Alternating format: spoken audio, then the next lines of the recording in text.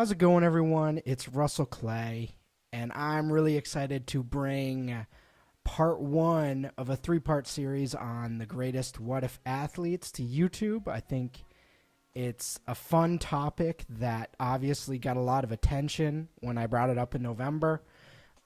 Someone hit me up in the DM, said they could calculate the results and sort of evaluate all the impressions to get us a weighted vote total. And here we are. I have a top 30, and I figure we can go through this list and sort of have some nostalgia and so hopefully some fun as well. If you haven't already, certainly give my channel a subscribe, and obviously if you like this video, certainly give it a like. Follow me on Twitter at Russell J. Clay.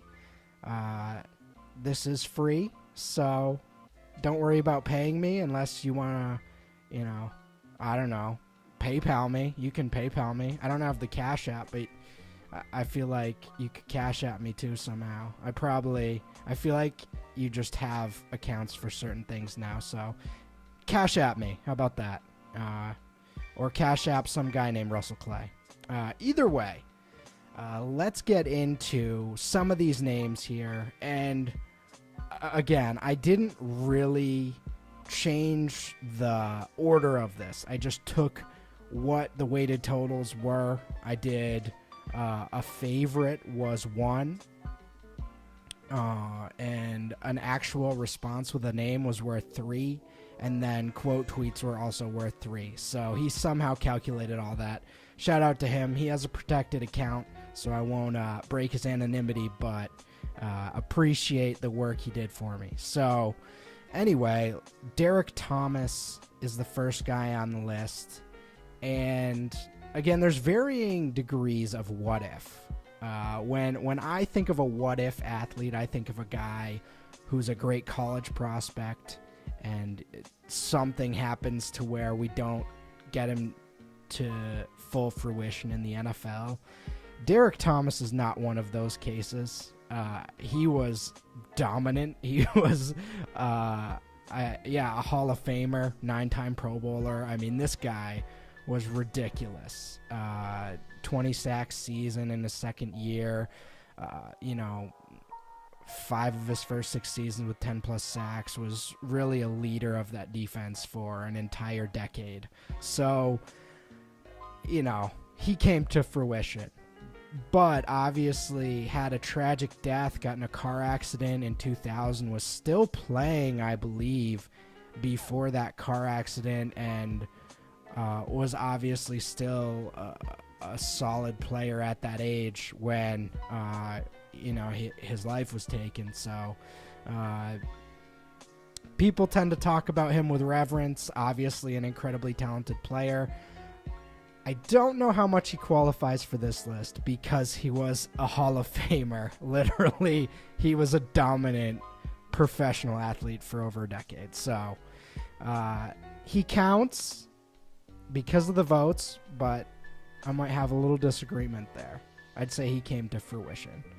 The next guy is probably one of my favorite players on the entire list to talk about. Jermichael Finley, just a freak athlete, tight end, teamed up, sort of came to the Packers when Aaron Rodgers was, the Favre-Aaron Rodgers battle was going on, and Favre was just coming into his own as an NFL player, and it really looked like Jermichael was gonna be, and I say this now and it seems stupid, but man, I thought he was going to be Gronk before Gronk emerged from the ashes. This is what I viewed him as, especially after 2009. 55 of 72 targets. He was a third rounder out of Texas. 6'4", 240, not the biggest tight end ever, but just super athletic and seemingly a really special player. And after this 2009 season, he had a crazy game. Let's find it. Postseason 2009. Let's look at 2009. He had a huge game against the Arizona Cardinals. Yeah. So 6 to 9 targets, 159 yards.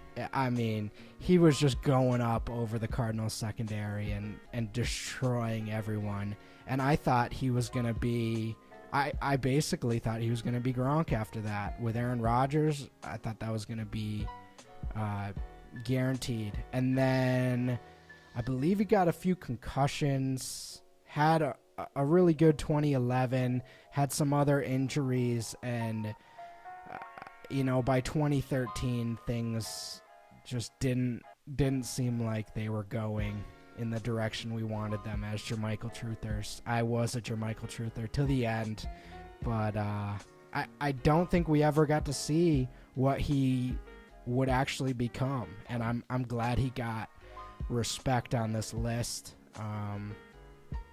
Obviously this list is gonna lean football heavy. That's most of my following, so if you're wondering why there aren't more, I don't know, golfers or bowlers or whatever, maybe you never know with my group of followers there. Maybe there will be a bowler. I don't think so though. But Jermichael, great talent. Injuries. Jonathan Franklin, I thought this was a funny one to show up on this type of list just because he was he was a 4th round pick, obviously dominant senior season at UCLA. I can remember 2013 draft, sort of fantasy football draft Twitter was really excited about Jonathan Franklin as a prospect, and I thought he was going to be a good player too. Went to a great situation, and then a multitude of injuries. I believe it was a neck injury. Excuse me. Truth be told, guys, I got pumped up for this because I just ate a whole. Have you ever just ate a whole pizza by yourself? Like you eat maybe a little more than half of it, you put it down, say I'm not a pig, and then 2 hours later you're just like, well, I'm also not a quitter either, and then you go and finish it, because that's what I did tonight. Anyway, Jonathan Franklin probably didn't eat a lot of pepperoni pizzas in his playing days, but neck injury ended it for him, and we never got to see any of it, so we don't know. All we have to go on is really, I believe he had 19 carries his rookie year, and there's just not enough of a sample to know what he would have been. Obviously a talented guy though. Huge final season. So 4th rounder, pretty good. This guy I was not aware of. So Joe Delaney came in 28th. He's a running back, smaller guy, but got drafted in the 2nd round in 1981, and a bunch of people brought him up because Joe Delaney actually passed away in 1983 while attempting to rescue 3 children in a pond. They were drowning, and he went in to save them. Pretty amazing story, and it was clear with how many votes came in. He obviously touched a lot of people with, that act, and obviously want to give him a shout out. Great to learn about that type of guy. So appreciate the people that voted for him, because that's a pretty cool. I mean, it's not a great story, but it's cool to remember him. That's a pretty heroic story. So, shout out Joe Delaney. A much different story for 26. Justin Blackmon, one of the most prolific college wide receivers. Let's take a look. One of the most prolific college wide receivers ever. Basically sat at that first year with Des Bryant kind of being the main guy, and then took over with Brandon Weeden and absolutely destroyed the world for the next 2 years. 3,300 yards, Blitnikoff, 2-time All-American, got drafted 5th overall by the Jaguars, and even through his rookie season, it appeared it appeared like he was going to be a star.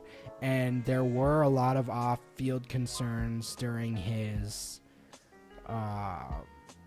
pre-draft evaluations, some alcohol concerns and stuff like that. But obviously the Jaguars weren't too concerned. And then he gets suspended after his rookie year. Obviously a 48.5% catch percentage isn't great, but also consider Jacksonville's quarterbacks at the time were like Chad Henne. I know it was general Chad Henne era, so we're just gonna go with he was the quarterback even if he wasn't. That gives the visual of what we were dealing with. But yeah, he got suspended 4 games in the offseason, comes back. It was basically a much quicker version of Josh Gordon, where he comes back, averages 103.8 yards per game over 4 games, and then he gets suspended again. And that ended his year, and we spent a few years like, oh, is he coming back? What's going on with Justin Blackmon? And nothing. He had everything. I thought he was going to be a star, especially after that 4-game stretch. While that was going on, it truly seemed like he was set up to be a future star, and then bang, gone, and just never heard from again. And then there's that infamous photo. I might put that in the comments below, but or the description of him just sitting. I think it was on an airplane, of just being obese. And okay, all right, Justin, it's over. But yeah, easily one of the best what ifs, right up there with Charles Rogers for me as a what if. Calvin Johnson, this one, he retired at 30, but we got Apex Calvin, a 3-year stretch of pure dominance. We had that sophomore season of incredible play. I feel like we got to see enough of Calvin to where I'm okay with it. What do we want from him? His knees were giving out on him. Obviously, 6'5", 237, ran a 4.35 at the combine in the 40-yard dash, 2nd overall. I think this guy came to fruition, kind of like Derek Thomas. He's going to be a Hall of Famer. He broke the single season receiving yardage record. Just a truly special player and a joy to watch, and my favorite player for a long stretch there. So I got no issues with Calvin. Same goes for Patrick Willis. Same draft class. Came in, was an utterly dominant player till 2014. And for whatever reason, decided he was done with football. He had just gone through all those Jim Harbaugh years, the Super Bowls, and all that stuff. And then I don't remember the exact reason he quit, but I don't think it was a specific injury or anything. He was an amazing player. We got to see him for, I'd argue, pretty much his apex and all of his prime years. So, even if we missed out on 3 or 4 years of what could have been, relatively prime Patrick Willis, I think we saw enough. Again, Penny Hardaway, obviously we didn't, he had the major injuries, that he kind of worked back from slowly and had that second career in Phoenix, but we had Orlando Penny Hardaway. We got to see it. I was a youngster when it was going on, but we got to see Penny Hardaway. It was definitely taken too soon, which is how I worded the tweet. But yeah, I mean, that's not like Justin Blackmon, We saw Penny Hardaway play in the finals, 4-time All-Star. He was a great player, and I don't know. he would have been probably a Hall of Famer had the injuries not taken hold. But kind of in that Derrick Rose tier for me, where we got to see it at the very least. We got to see some prime years out of him, and that's where it does change things a little bit for me, because at least the player did get to come to fruition for a little while. And then the 22 and 21, I was pretty fascinated by Barry Sanders being on this list, considering he had how many rushing yards? 15,000. So we got a good portion of Barry Sanders here, but Billy Sims is a great one, and he totally gets forgotten in history. Was the first overall pick in 1980. Draft and analytics Twitter would have gone wild that year. Had a running back on number 1 overall, but 1980 was a much different time. We did see some of Billy Sims, but really only 2 years, and then injuries hit, and he was never really the same. And then Barry Sanders happened in 1989, and it just quickly got forgotten, but Billy Sims was literally the Barry Sanders before Barry Sanders. So good guy to remember. Definitely a good guy. Go check out his highlights and some of his old games. Certainly a good sample out there of his play. Obviously, 1981 would be the year that we'd focus on over 1,900 yards from scrimmage, 340 touches. Okay, 1,888. Close enough. I'm giving him 2,000. Even though it's not, but we're gonna give it to him. So, versatile threat, 16 yards per reception in that second year. So obviously, a big play guy as well. Fun player, and yeah. And then Barry Sanders. I hope I don't have to talk about him. You guys know who that is. He was one of the greatest athletes of all time. Retired a little prematurely, but when you look at that final season, he was on a pretty mediocre team. I believe they played the Buccaneers in the wild card round that year and kind of got blown out. And then let's see if that's true. Let's see if that's actually true, or if I just made that up. I had childhood memories.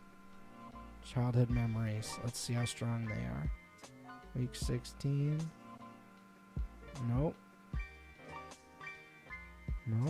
Tampa Bay. Nope. Was it 97?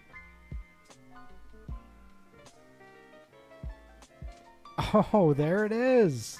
Okay, so in the 2,000-yard season, they lost to Tampa Bay. Didn't make the playoffs the next year. And then, he retired at age 30, which we got a full decade out of him. And we got to see the best version of him in multiple seasons. Cut short too early? Maybe. But overall, pretty happy with what he gave to us. 10-time Pro Bowler, first ballot Hall of Famer, special dude. And if you're too young to remember him, he has some great highlights out there. So anyway, this is part 1 of 3. I'm gonna run through 11 through 19 next, or 11 through 20. But it says 19, so I'm going to talk to my editor about that. Going to get some beat down, whoever did that. Anyway, should be a lot of fun. This was fun. I hope you guys heard some guys you want to go check out and see what they brought to the table, and maybe it gave some context on guys like Justin Blackmon and some of the more fun questions we've had so far. So more to come, and I appreciate you guys listening. If you haven't, as I mentioned at the beginning, please give my channel a sub and like this video. See you later, guys.